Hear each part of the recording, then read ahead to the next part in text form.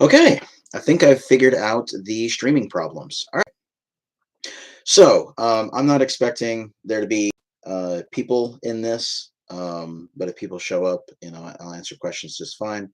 Um, it's very difficult for me to make like maker style videos. One of the hopes I had for this channel was making videos showing people how I recycle. That's very difficult for me to do. For right now, just in the name of making content, I want to try talking about recycling because I have a lot of ideas and things that I want to get off my chest.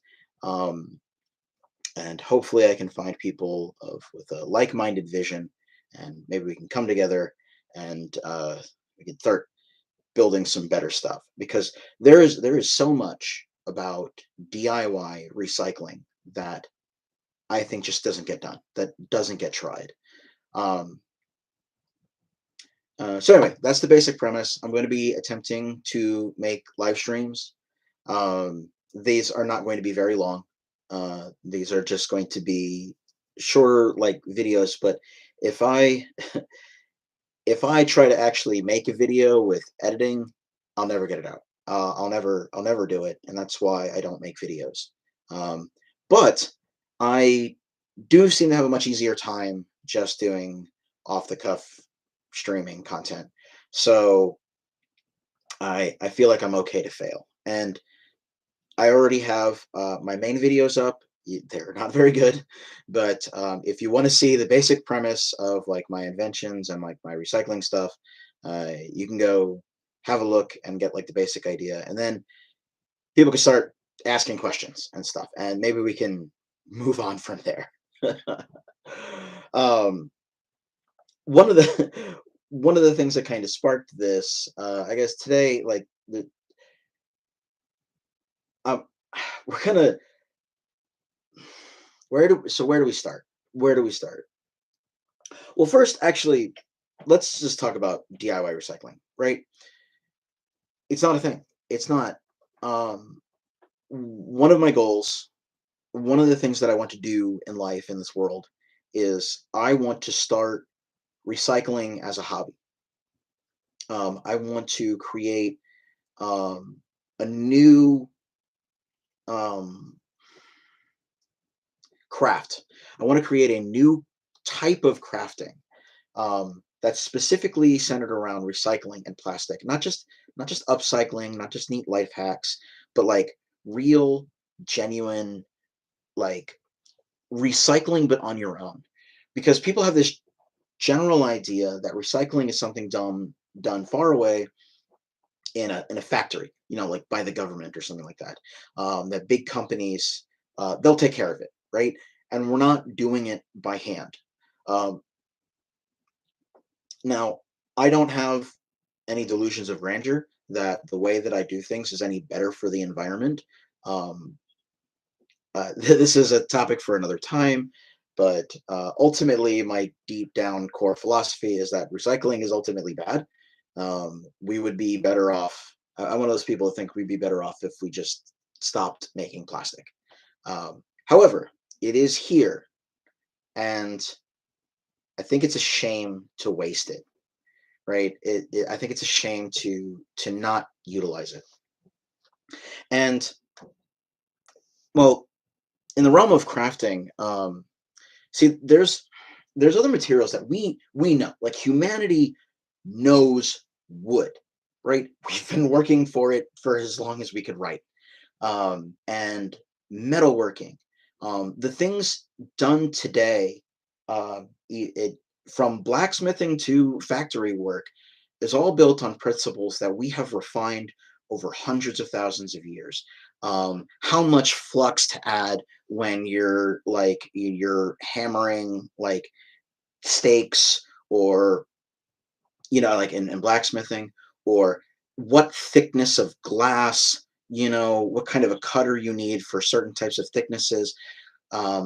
Like how stropping works, or whatever it's called, with leatherworking, right? Like how to dye leather, how to make it. There's so many things that we know, right? Because we've been doing this for forever. Maybe in the internet age, these younger kids don't really know how this works, but the knowledge is out there. What do we know about plastic? Honestly, nothing. We know how to make it, but we don't really know plastic. Don't get me wrong. I mean, people do. There's chemists and things like we know plastic, but we don't know how to craft plastic. Um, what if there was a version of like blacksmithing or leatherworking that applied specifically to plastic or maybe even recycling plastic? What would that be? What would that look like? Well, I've actually come up with a name for it. I call it plasentry. Um, the spelling escapes me. I can't even spell my own words. Um, but I came up with the word plasentry off of the Greek word plasen, which means to mold, or to melt. No, no, to form, to mold, and that's the root word of plastic is to plasen. So plasentry is the craft, the working of plastic. So yeah, I am the world's first and greatest placenter, self-described placenter. Just kidding. I mean, nobody identifies as that. I'm sure there's other people that would already qualify as better. But um, that's what I call it, and that's what I'll be calling this type of crafting that I do. This is plastentry, taking milk jugs and melting them down to create a giant piece of chainmail. This isn't leather working. There's no leather. This isn't metal working. This isn't carpentry. There's no wood. This is plastentry.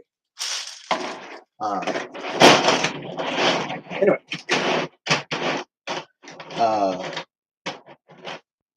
so what do I want to do with plastentry? Well, first of all, I want to grow it. I want to teach people. I want people to start doing it. Like, why aren't we doing this? Oh, this is actually something that I've wanted to make like a video about and kind of ramble.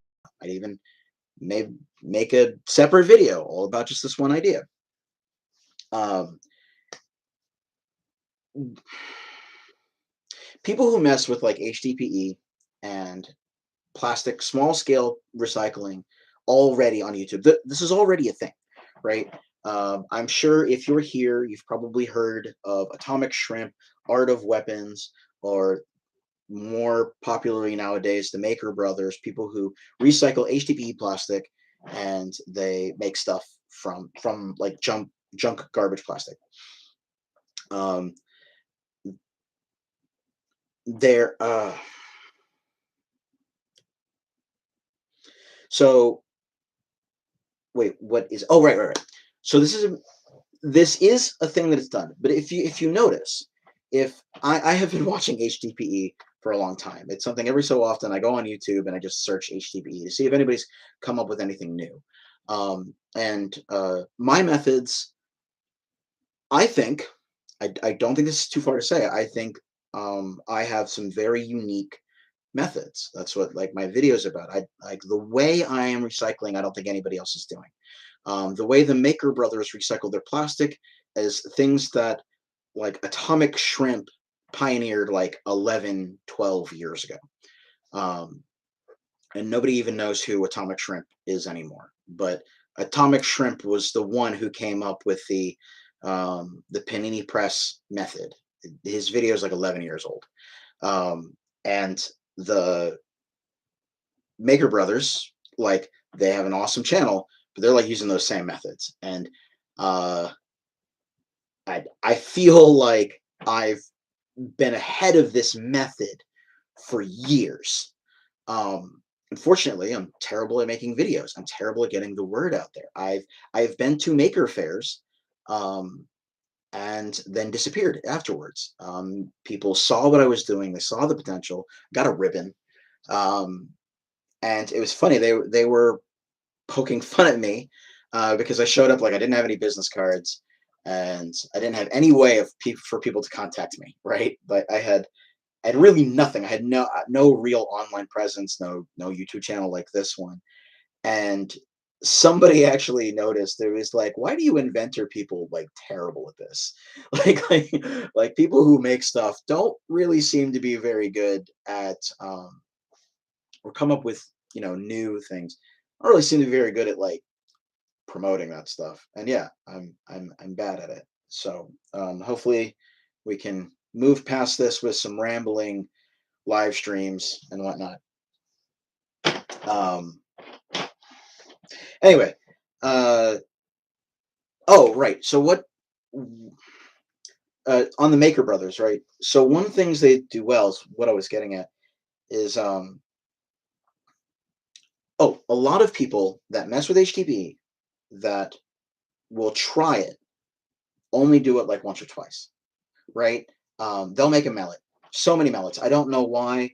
I've I have been wanting to make a joke and I want to make a video that's like making fun of all of the HDPE videos out there of people like making mallets. Like I don't know why we need so many plastic mallets. It's just one of the easiest things to make because you don't need a mold and you can just shove the plastic into like you can just shove it into a can and then melt it all, make it like compact and then just destroy the can afterwards. So you got like this round cylinder, and like, what do we make? Well, I got a lathe, so I'm gonna make a mallet.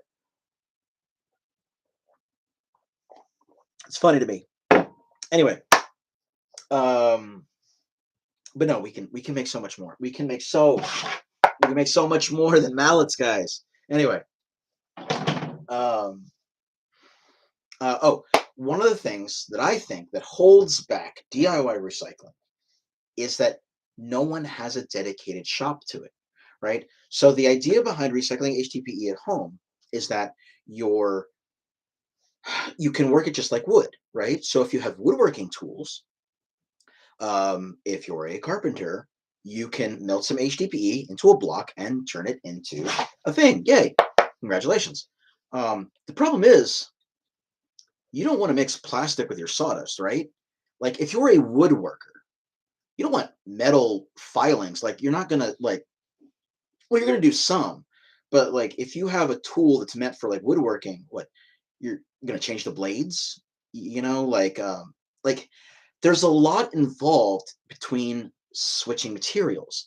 And this is a consideration that I don't really think a lot of people give to plastic. One of the things the Maker Brothers are actually really successful at is that their shop is specifically devoted to plastic, right? I mean, they do wood and they do plastic, but they account their tools are full of plastic, right? They manage their plastic sawdust. Um, so um, going back and forth between two different materials is like kind of difficult. So what I think one thing that recycling needs is a dedicated plastic worker space.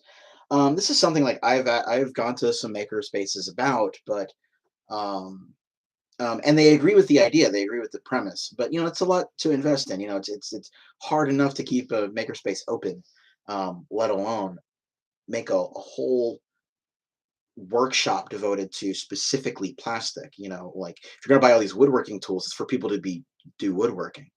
Um, However, the benefits of making a plasentry workshop specifically for plastic is one, the promise of infinite and free materials, right? Like, is plastic better than wood? Well, not necessarily, especially if we don't know the methods of that we're doing. But wood doesn't grow on trees. It's expensive. Sorry, couldn't help it. Um, but wood is expensive, right? And we're throwing milk jugs away.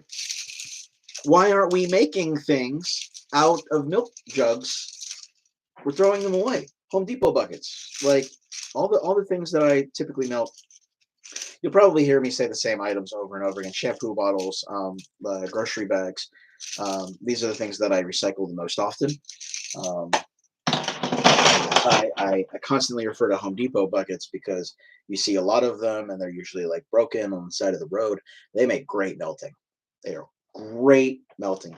Paint buckets, Anyway, that's a again a topic for another time. I'm gonna talk overview about how do we start plastentry, right? How do we make plastentry a thing? How do we make DIY by hand recycling a thing?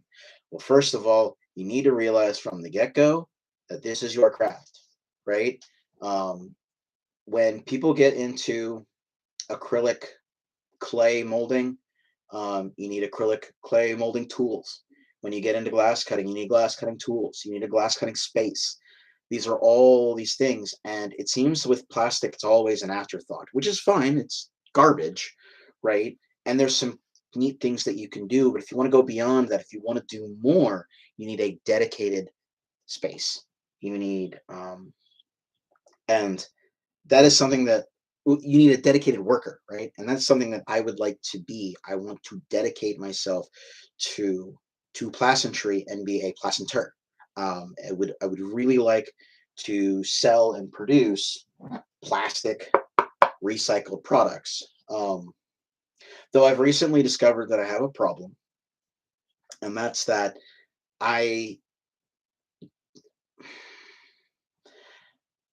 I I have this weird like this is decorative, but I don't really make a lot of decorative things. I tend to make things that are very, very practical. Most of my projects are very practical. They're not really things that I can sell. I do have stuff like to sell. I make plastic jewelry, um, which has sold very well whenever I have actually sold it. People keep yelling at me to upload it onto Etsy, and I still have not loaded most of my stuff onto Etsy because I'm terrible at the internet.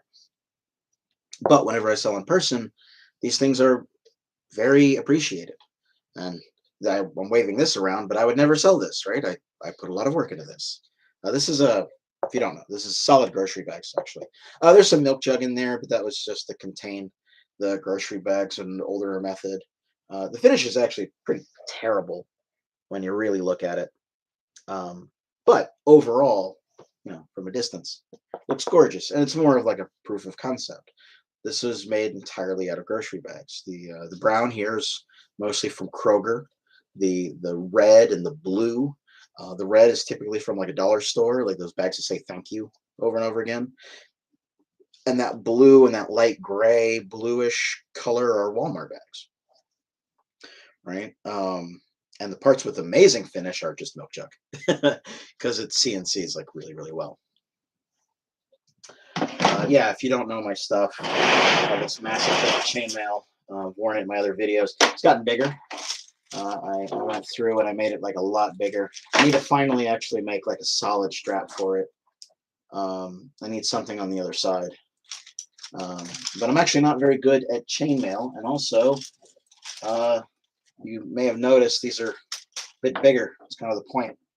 Anyway, this takes like a lot of work. So I can never sell this because every one of these is at least like an hour um, of melting and work. I mean, it's not that hard, right? When I'm making a lot of these, it's very easy.